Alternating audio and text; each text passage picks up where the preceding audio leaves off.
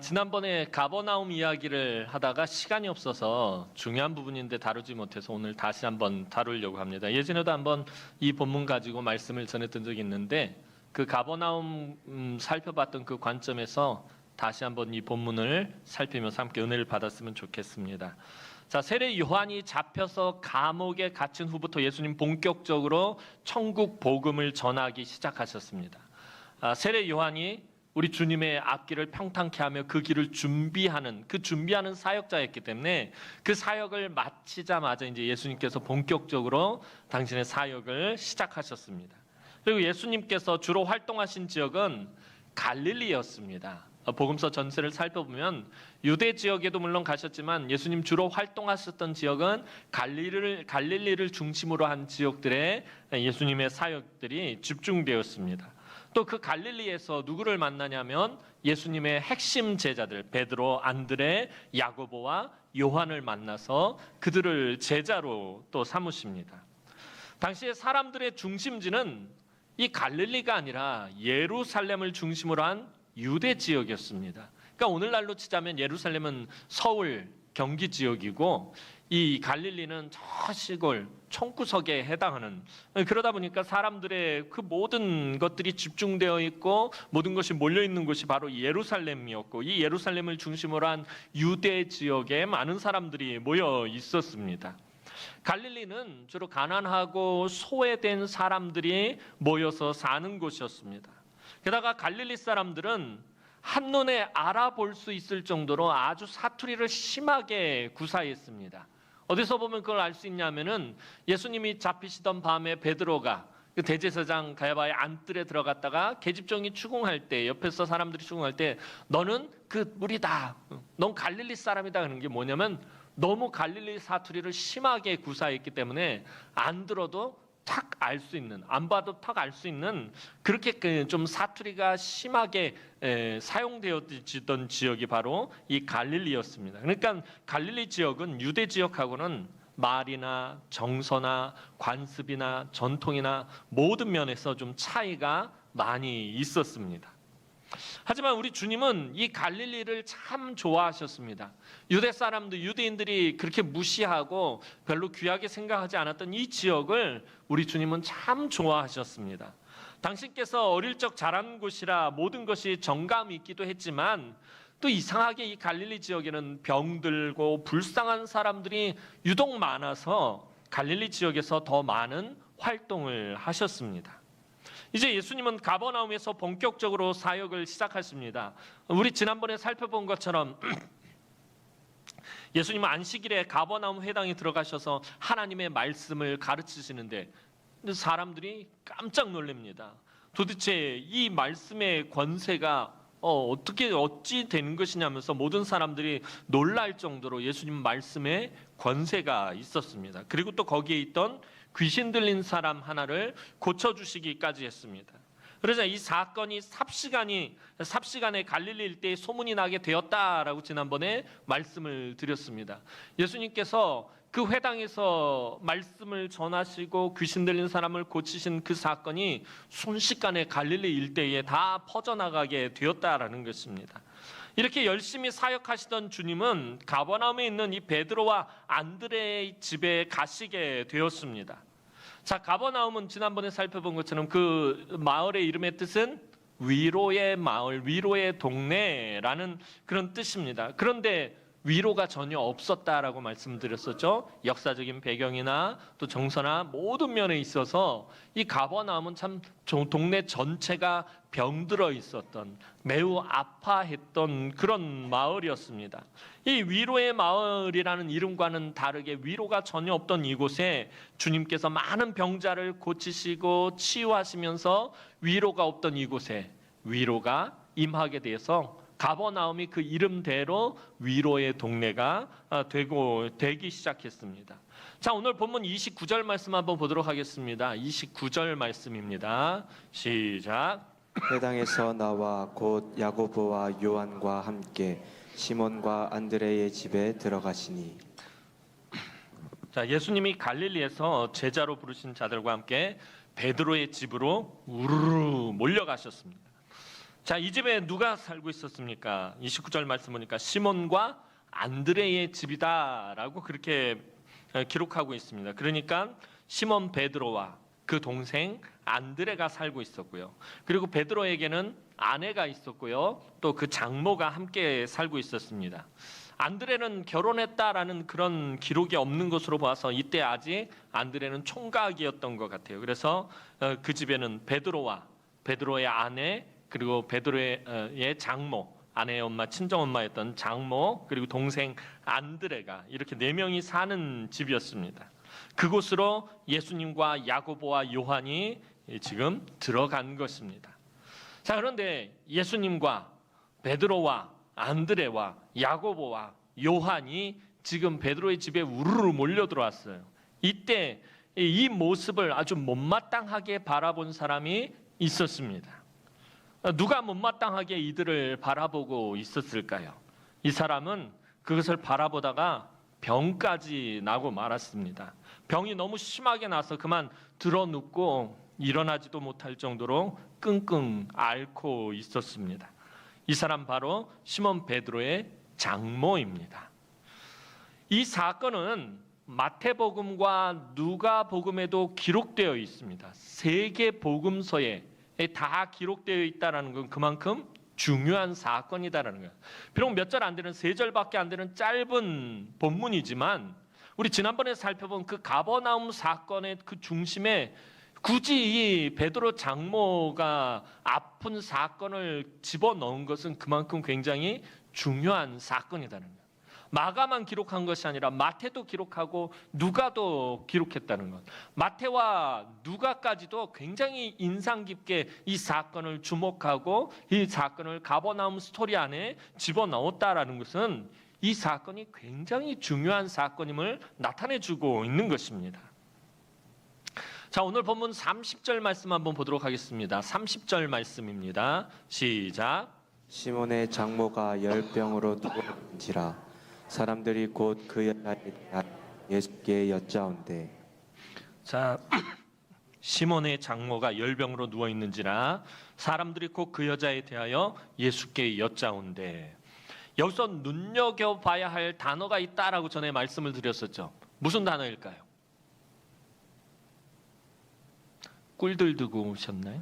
아침에 꿀 한 숟가락 이렇게 팍 벗어놓고서는 난 오늘 꿀 먹은 벙어리가 돼야지 하고 오셨네.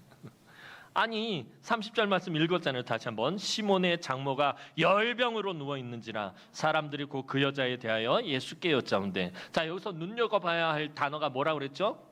어이구, 웃지 않았노? 야, 대단하십니다. 야, 이거 내가 언제 와서 내 설교 온 걸 보셨나 보네. 자, 아이고 내가 이러고 해야 되나. 자, 열병이라는 단어를 눈여겨봐야 한다고 전에도 이 본문 가지고 말씀드렸을 때 말씀을 드렸습니다. 자, 우리말로는 열병이라고 명사로 번역했지만 헬라어 성경 원전에서는요 이게 동사로 기록이 되어 있어요. 그것도 동사 현재 분사형으로 사용되어 있습니다. 뭐 목사님 또 문법 복잡한 거 얘기한다는데 그냥 그 내용만 말씀드릴게요. 이 동사의 현재 분사형은 언제 사용하냐면 어떤 상태가 계속 반복되는 것을 나타낸다라는 것입니다. 그러니까 지속적으로 이 시몬의 장모의 열이 오르내리는 상태였다라는 거예요. 열이 계속 올랐다 내렸다 이것을 반복하고 있었다라는 것입니다. 따라서 원전의 의미로 이 30절 말씀을 해석하자면은 이런 말이 되는 거예요. 시몬의 장모가 열이 계속해서 오르락 내리락 해서 누워 있었다라고 원전의 의미는 이런 의미인 것입니다. 의사였던 누가가 기록한 누가복음에서도 오늘 이 사건을 기록하고 있는데 의사인 누가는 이 시몬의 장모가 이 열병에 걸린 것을 주시하고 바라보고 있었습니다.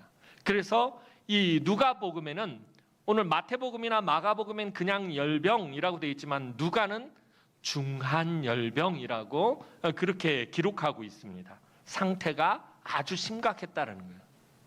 이 시몬 장모의 상태가 아주 좋지 않았다라는 것입니다.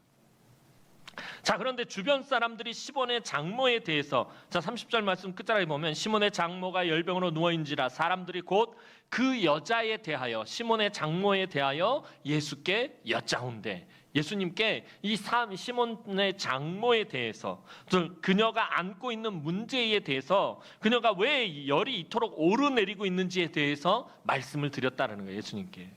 예수님, 지금 이 시몬의 장모가 지금 이러이러한 상태입니다라고 예수님에게 말씀을 드렸습니다. 열이 계속해서 오르락 내리락 하는 이 병이 무슨 병입니까? 어떤 학자는 뭐 말라리아라고도 말하는 사람도 있고, 또 장티푸스라고 말하는 사람도 있고, 또 어떤 학자들은 갱년기다라고 그렇게 판단을 합니다. 갱년기에 가깝다라고 저도 그런 생각이 들어요. 갱년기 증상 중에 가장 잘 나타나는 증상이 뭐죠? 자다 말고 벌떡 일어나가지고서는 얼굴이 시뻘개지고 열이 오르락 내리락 한단 말이에요. 열이 갑자기 막 속 안에서 열불이 확 올라와요. 얼굴이 시뻘개지고 잠도 안 오고 막 괜히 막 그런 우울해지고 막 속이 상하고 그러다 또 갑자기 열이 싹 사그라들어요. 또 들어눕고 또 자다가 또 열이 막 오르고 이게 갱년기 증상 중에 하나예요. 이걸 제가 왜 이렇게 잘하느냐? 제가 그랬거든요. 제가 너무 심해가지고 우리 집사람이 갱년기가 오다가 갱년기가 쏙 들어갔어요. 우리 집사람 지금도 되게 억울해. 자기가 갱년기를 알아야 되는데 제가 갑자기 더 심하게 막 자다 말고 벌떡벌떡 일어나가지고 막 더가지고 막 땀 뻘뻘 흘리고 얼굴 시뻘개지고 그럼 괜히 옆에서 자는 와이프 왜 이렇게 미운지 몰라요. 막 흔들어서 깨워. 정신 좀 일어나봐. 그리고 전 자요. 갱년기 증상들 여러 가지 있죠. 얼굴이 빨개지기도 하고 우울해지고 괜히 슬퍼지고 막 모든 게 다 귀찮고 의욕도 없고. 근데 이 베드로의 장모가 그런 갱년기였다라고 판단하는 학자들이 의외로 굉장히 많았습니다. 물론 갱년기일 수도 있습니다. 베드로의 장모가 갱년기라서 심리적인 상태가 불안정하고 그래서 모든 것이 마음에 들지 않고 우울하고 슬프고 열이 났다가 식었다가 그렇게 했을지도 모릅니다. 또 무언가 마음에 맺힌 것이 많아서 마음에 한이 맺힌 것이 많아서 그것을 삭히지 못해서 마음에 화가 많았을지도 모릅니다. 갱년기의 화병까지 베드로의 장모의 상태는 몸과 마음과 영혼 모두 매우 좋지 않은 상태였어요. 그래서 의사인 누가가 봤을 때 중한 열병이었다. 아주 중한 병이었다. 그녀의 몸과 마음과 영혼이 심히 상한 상태였다라고 의사인 누가도 그렇게 판단을 하고 있다라는 것입니다. 베드로의 장모는 사실 우리 지난번에 살펴본 것처럼 가버나움의 상징입니다. 온 동네가 그 집 문 앞에 있었다라고 설명을 드릴 때 동네 사람들이라고 표현을 하지 않고 온 동네라고 표현한 것은 가버나움 자체에 위로도 없고 그냥 슬픔과 아픔과 고통과 괴로움만 있었기 때문에 온 동네가 병들어 있었기 때문에 그렇게 표현하고 있었다라고 말씀을 드렸어요. 그래서 이 가버나움 사건에 이 베드로의 장모의 이야기를 넣은 것은 이 베드로의 장모가 가버나움을 상징하고 있는 그런 인물이기 때문입니다. 가버나움이 총체적으로 병든 마을이었던 것처럼 이 베드로의 장모도 총체적으로 병들어 있었다라는 것입니다. 그렇다면 무엇이 이토록 베드로의 장모가 열이 오르락 내리락 하면서 드러눕게 만든 것입니까? 왜 이렇게 막 속이 상하고 막 몸에서 막 안에서 막 열불이 나고 막 그렇게 만든 것입니까? 그 힌트를 마가복음 1장 18절에서 찾아볼 수 있습니다. 마가복음 1장 18절 말씀 보도록 하겠습니다. 시작. 곧 그물을 버려두고 따르니라. 자, 곧 그물을 버려두고 따르니라. 이 본문은 어디에 나오는 본문일까요? 예수님이 베드로에게 네가 이제부터는 사람을 낚는 어부가 되리라라고 말씀하시고서는 베드로가 곧 그물을 버려두고 따르니라. 이 본문인 거예요. 베드로는 동생 안드레와 함께 매일같이 갈릴리에 나가서 물고기를 잡아 그곳으로 가족을 부양했어요. 베테랑 어부였단 말이에요. 그런데 누가복음에 보면은 베드로가 그날은 되게 이 실적이 좋지 않았어요. 물고기 한 마리 잡지 못했는데 예수님께서 깊은 곳에 그물을 던져라라는 말을 하고서는 그물이 찢어질 정도로 많은 물고기를 잡습니다. 자기 동료 야고보와 요한까지 불러서 그 두 배가 물에 잠길 정도로 물고기를 굉장히 많이 잡습니다. 엄청나게 많은 물고기를 잡서 아마 베드로, 안드레, 야고보, 요한 네 명이 갈릴리에서 물고기를 잡은 이래로 그렇게 많은 물고기를 잡은 적이 없을 것입니다. 그런데 주님을 만나고 그 모든 것들을 다 버려두고 예수님을 따랐다라는 것입니다. 근데 베드로는 안드레와 함께 이 갈릴리에 나가서 물고기를 잡아서 그것으로 가족을 부양해야 했던 사람입니다.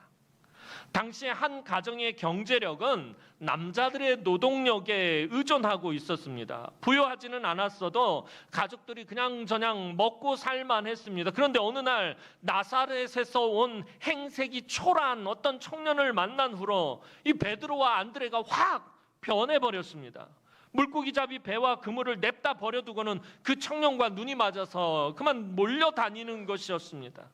이것은 가족들의 먹고 사는 문제가 걸린 문제입니다.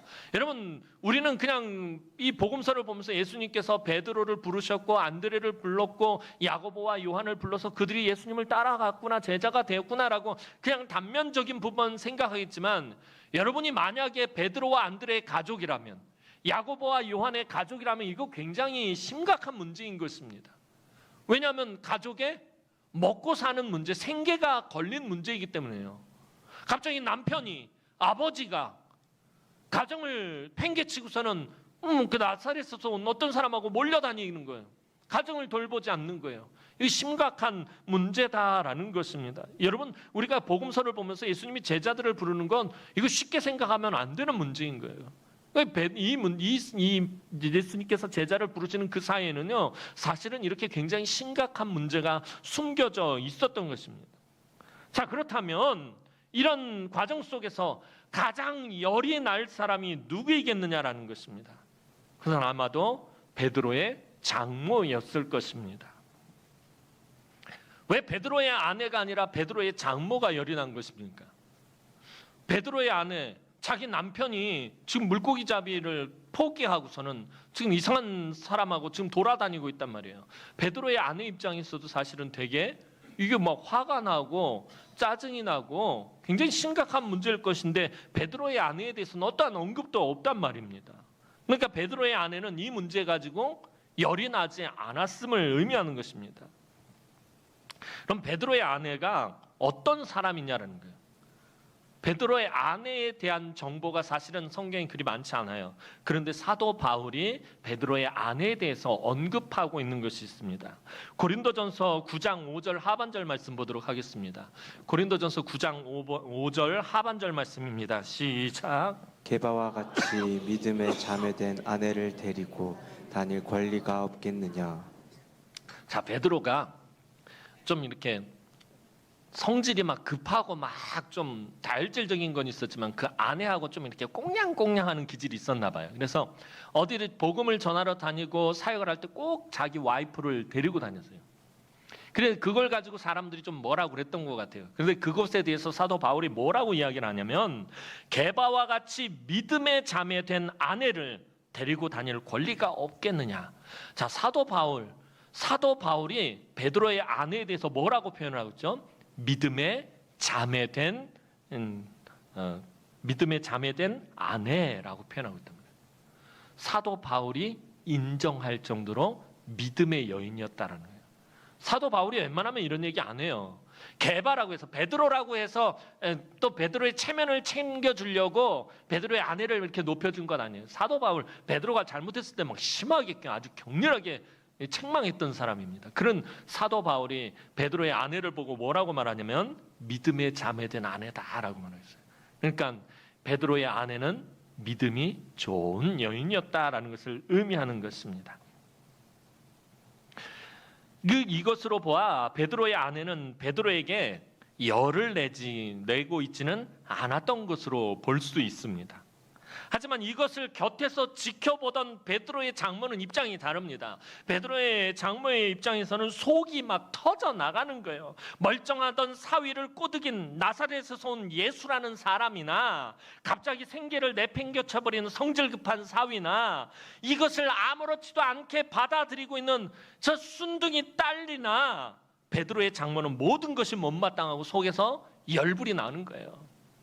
예수를 봐도 막 속이 터지는 거고, 자기 사위를 봐도 막 열이 나는 거고, 그걸 보고 말 한마디 안 하고 있는 딸을 보니까 더 속이 터져 나가고 있더라는 것입니다. 베드로의 장모는 그냥 모든 것이 다 못마땅하고 속상하고 화가 나고 막 지금 막 속이 뭐라고 표현할 수가 없는 상태인 거예요. 그래서 머리를 싸매고 드러누워 끙끙 앓고 있었던 것입니다.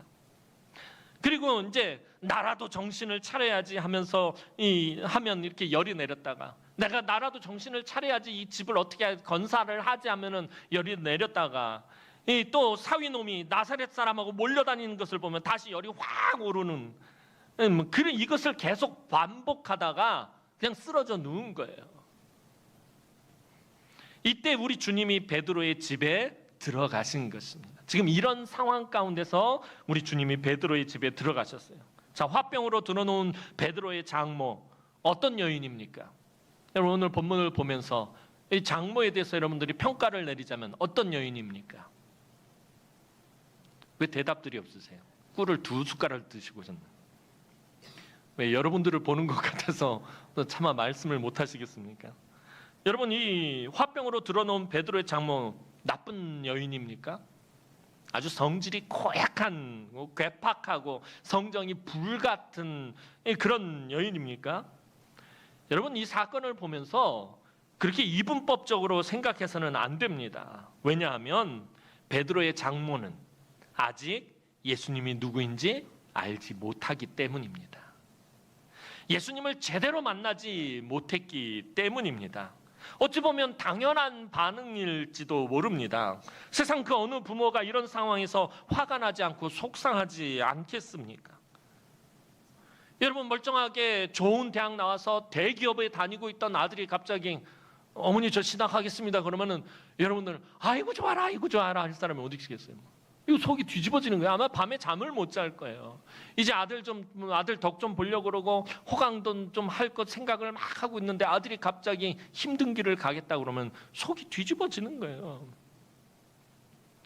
이것을 알고 있던 이웃집 사람들이 예수님에게 지금 베드로의 장모의 상태에 대해서 말씀드린 거예요. 예수님, 사실은요 이만저만하고 그래서 지금 이 아줌마가 지금 화가 많이 나고 지금 병이 나서 그래서 들어 누웠습니다라고 예수님이, 물론 예수님 알고 있었지만 주변 사람들이 예수님에게 그 이야기를 한 거예요. 자, 사람들에게 이 모든 이야기를 들은 예수님은 당신으로 인해서 심하게 가슴앓이를 하며 열이 오르락 내리락 하는 베드로의 장모를 지나치지 않으셨다라는 거예요. 예수님은 베드로의 장모를 불쌍히 여기셨어요. 그녀를 믿음 없다고 타박하지 않으셨고요. 성질 고약한 여자라고 꾸짖지도 않으셨습니다. 참 성질 고약하고 괴팍하고 그냥 불같은 여인이구나. 예수님 그렇게 생각하지 않으셨다라는 거예요. 예수님은 이 여인을 어떻게 보신 거예요? 불쌍하게 여기셨다라는 거예요. 이 여인은 성질이 고약한 여인도 아니고 괴팍한 여인도 아니고 불쌍히 여김을 받아야 해요. 위로받아야 할 여인으로 예수님은 그렇게 여기셨던 것입니다. 위로의 마을 가버나움에서 살면서 위로를 전혀 받지 못해서 고통받고 있던 이 여인을 보고 예수님은 불쌍히 여기시고 위로하셨다라는 것입니다. 31절 말씀 보도록 하겠습니다. 오늘 본문 31절 말씀입니다. 시작. 나아가사 그 손을 잡아 일으키시니 열병이 떠나고 여자가 그들에게 수종드니라. 예수님은 베드로의 장모에게 가까이 가서 그녀의 손을 덥석 잡으셨어요. 주님이 베드로의 장모의 손을 잡으셨다라는 것은 어떤 의미냐면 그녀의 인생을 주님이 어루만지셨다라는 거예요. 손을 보면 그 사람이 어떤 삶을 살아왔는지 알 수 있어요. 그녀의 손을 잡았다라는 것은 그녀가 지금까지 살아온 그녀의 인생을 예수님께서 잡으셨고 어루만지셨고 위로하셨다라는 거예요. 즉 주님은 그녀의 아픈 인생사를 빠짐없이 다 들어주셨다는 거예요. 예수님을 보니까 막 뭐 열불이 났을 거 아니에요. 그래서 막 예수님에게 막 쏟아 부었을 거예요. 처음에는 막 다다다다다다다 그러면서 우리 착한 사위를 꼬드겨 가지고서는 그 모든 것을 버리게 하고 가정도 버리게 하고 이 나쁜 사람 막 그러면서 막 하다가 그러다가 또 막 울기도 하고 또 자기 막 그 삶이 막 너무 막 그 한맺힌 그런 삶들을 막 예수님에게 막 쏟아 부었을 거예요. 예수님이 그녀의 아픈 인생사를 빠짐없이 다 들어주셨다라는 거예요. 왜 그녀가 아픈 인생을 가지고 있다라고 추측할 수 있을까요? 당시 유대인들의 관습을 따르면요, 베드로의 장모는 원래 사위인 베드로와 살면 안 됩니다. 사위의 집에서 살고 있다라는 것은 다르게 말하면 그녀가 과부라는 것을 의미합니다. 남편이 없으니까 지금 사위하고 사는 거예요. 그런데 남편이 일찍 죽어서 그녀는 지금까지 이 경제적인 책임을 도맡아오면서 괴로움과 고통 속에서 살아왔습니다. 아들이 원래 있었다면 아들과 함께 살아야 됩니다. 남편이 죽으면은 여인은 그 아들과 함께 살게 돼 있어요. 근데 지금 사위의 집에 살고 있다는 말은 아들이 없거나 아들이 있었어도 아들이 일찍 죽었다는 거예요. 남편도 죽고 아들도 죽었어요. 그리고 유대의 관습에 따르면 남편도 없고 아들도 없다면 누가 이 여인을 돌봐야 하냐면 그녀의 친족들이 돌봐야 되는데 친족도 없다라는 거예요. 친족이 있어도 이 장모의, 그러니까 베드로의 장모를 돌볼 만큼 형편이 되지 않아서 도와주지 못하고 있는 그런 상황이었다라는 것입니다.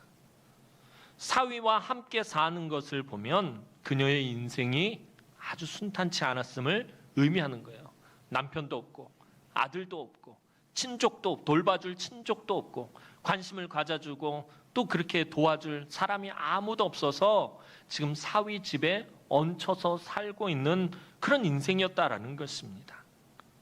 여러분, 그런데 사위인 이 베드로의 성격이 어떤 사람이었을까요? 복음서 전체와 또 베드로 전후서를 살펴봤을 때 베드로가 물론 성격이 좀 불같고 급하고 다혈질적인 부분이 있었지만 이 베드로가 이 장모를 얼마나 잘 모셨는지 모릅니다. 눈치도 주지 않고 자기 어머니 모시듯이 잘 모셨습니다. 매일같이 갈릴리 호수에 나가서 부지런히 물고기를 잡아서 모든 가족의 생계를 베드로와 안드레가 든든히 책임졌습니다. 이 베드로 손이 크고 오지랖도 넓고 마음이 넉넉해서 이웃들에게 베풀기도 잘했습니다. 그래서 병든 사람들이 다 이 베드로의 집으로 몰려올 정도로. 그러니까 평상시에도 보면은 이 베드로의 집에 많은 사람들이 몰려오는 것을 보게 돼요. 잘 베푸는 사람이었기 때문에 아주 손이 큰 사람이었다라는 거예요. 그런데 그런 사위가 예수님과 눈이 맞아서 저렇게 밖으로 나돌고 있으니 속이 상할 대로 상한 것입니다. 그 속상한 이야기들을 지금까지 살아오면서 한맺혔던 그 속상한 이야기들을 우리 주님에게 다 쏟아냈는데 우리 주님이 그것을 다 들어주셨습니다. 그리고 그녀를 위로하셨다라는 것입니다. 위로의 마을에서 살면서 그녀의 인생은 전혀 위로받지 못하는 인생이었단 말이에요. 전혀 위로받지 못하는 그녀의 인생을 우리 주님이 위로하셨다라는 것입니다. 주님의 손은 그냥 보통 손이 아니잖아요. 하나님의 능력의 손입니다. 하나님의 능력의 손이 베드로의 장모를 어루만지니까 그녀의 열병이 떠나가 버렸습니다. 자, 31절 말씀 보면 나아가서 그 손을 잡아 그 다음에 일으키시니 열병이 떠나갔다라고 합니다. 손을 잡기만 한 게 아니라 위로하기만 한 게 아니라 일으키셨다라고 합니다. 근데 여기서 이 일으키다라는 말이 헬라어로 에게이렌이라는 말인데요. 이 말이 복음서의 다른 곳에 또 중요한 곳에서 사용되고 있는데 언제 사용되냐면 주님의 부활 사건에 주님이 부활하신 것, 다시 일어나셨다, 다시 깨어나셨다 할 때 이때도 이 에게이렌이라는 말을 써요. 일어나다는 것. 다시 살아나셨다라는 말에도 이 단어가 사용된 것을 보게 됩니다. 예수님의 긍휼 가득한 손이 그 불쌍히 여기시는 그 손이 베드로의 장모를 만지니까 그녀의 죽은 영혼이 회복되고 병든 마음이 치유되기 시작했다라는 것입니다. 베드로의 장모가 인격적으로 예수님을 만나니까 그녀의 마음이 변하기 시작한 거예요. 화가 넘치고 속상하고 아프고 가시들과 쓴뿌리들이 가득했던 그 마음이 변화되기 시작했다는 거예요. 예수님이 어떤 분인지 알게 되니까 모든 것이 문제가 될 게 없었어요. 그녀는 살며시 일어나서 예수님과 또 함께한 사람들의 수종을 들었다라고 마가는 기록하고 있습니다. 오늘 마가복음은 예전에 말씀드렸던 것처럼 베드로의 믿음의 아들이었던 마가가 기록한 거예요. 그러니까 그 당시에 중세 때 교부였던 유세비우스라는 사람이 이 마가복음은 마가가 베드로가 전한 말을 그대로 받아 적은 그런 복음서다라고 그렇게 해석한 것이 있습니다. 그러니까 마가복음은요 철저히 베드로의 관점에서 기록된 거예요. 그러니까 베드로도 자기 장모가 자기 때문에 이렇게 속상하고 화가 나고 열병이 났다라는 것을 알고 있었다라는 것입니다. 자, 그런 베드로의 장모가 예수님을 인격적으로 만나고 그 예수님이 어떤 분인지 알게 되니까 문제될 것이 없어요. 살며시 일어나서 거기 있는 사람들에게 수종을 듭니다. 자, 그런데 여기서 수종 들다라는 말은 전에도 설명을 드렸듯이 종이 되어 다른 사람을 섬긴다라는 말입니다. 특별히 종이 주인의 식탁에서 주인이 잘 식사하도록 옆에서 돕는 것을 수종 들다라고 그렇게 표현을 합니다. 그런데 이 수종 들다라는 말에서 교회의 직분인 집사를 나타내는 디아코노이라는 말이 파생되었어요. 지금 우리 교회 집사님들, 그 집사라는 직분 헬라어가 어디서 파생되냐면 이 수종 들다, 종이 그 주인의 식탁을 돕다, 봉사하다라는 말에서 파생되었다라는 거예요.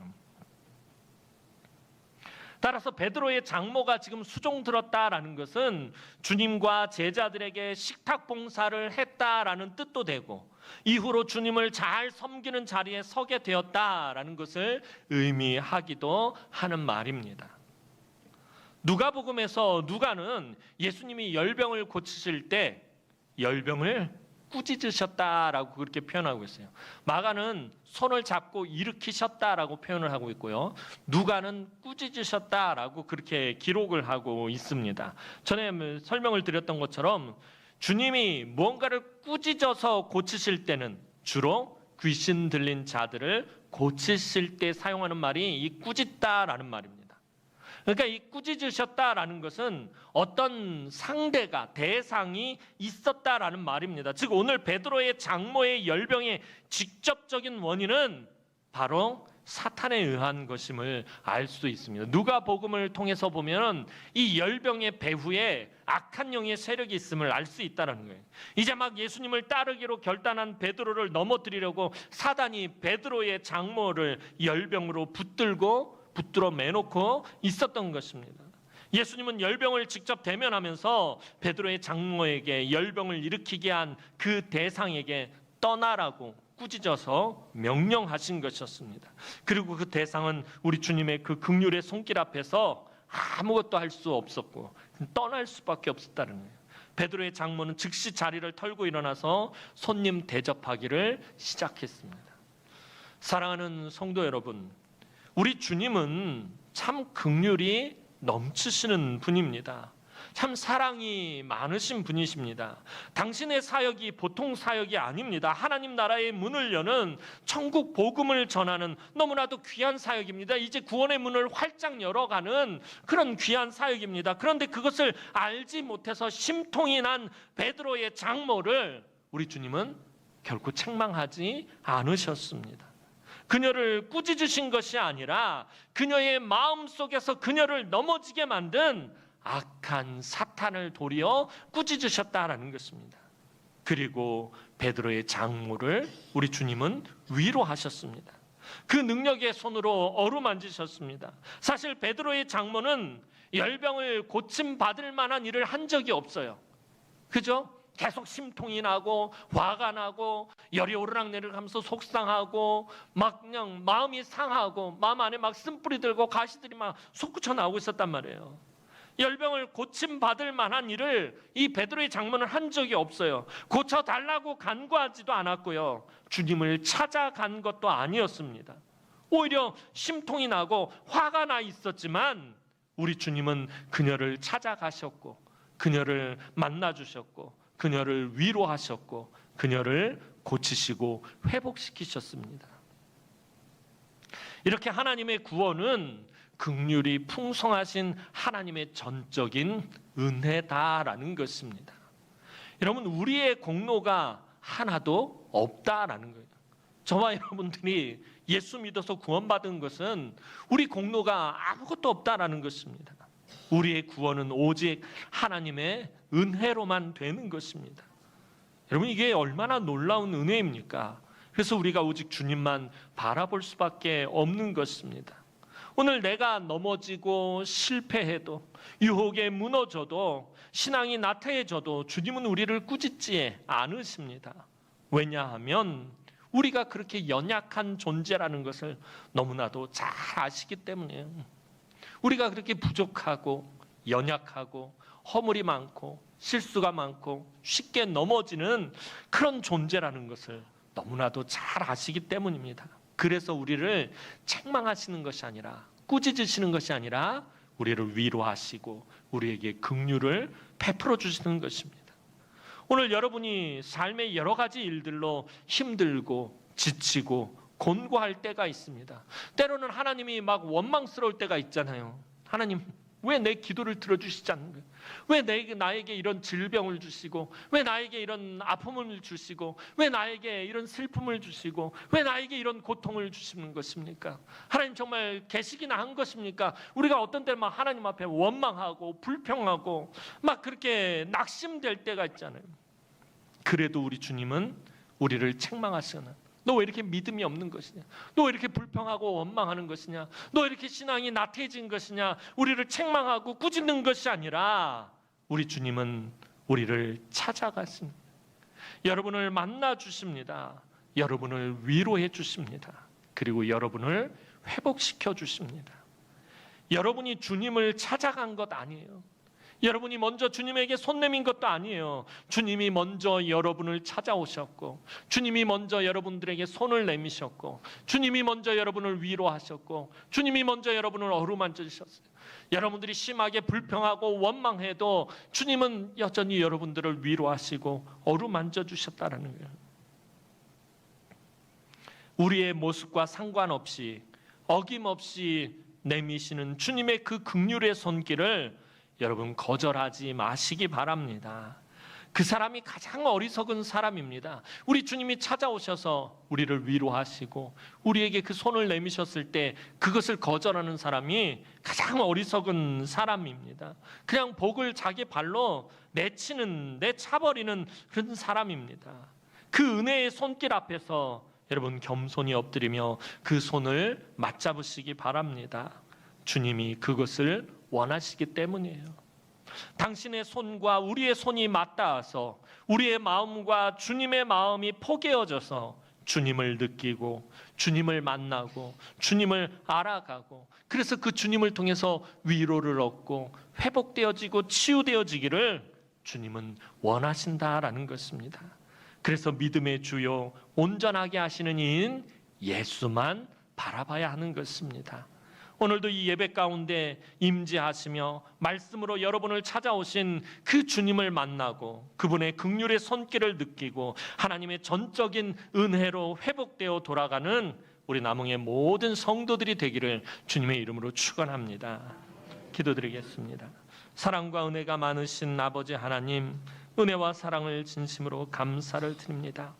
오늘도 이 땅을 살아가다 보면 하나님, 이 땅에서의 삶이 너무나도 힘들고 지치고 곤고하고 괴롭고 하나님 마음 아프고 속상하고 하나님 마음에 한이 맺히고 원통하고 서럽고 아버지 아픈 일들이 너무나도 넘쳐날 때가 많습니다.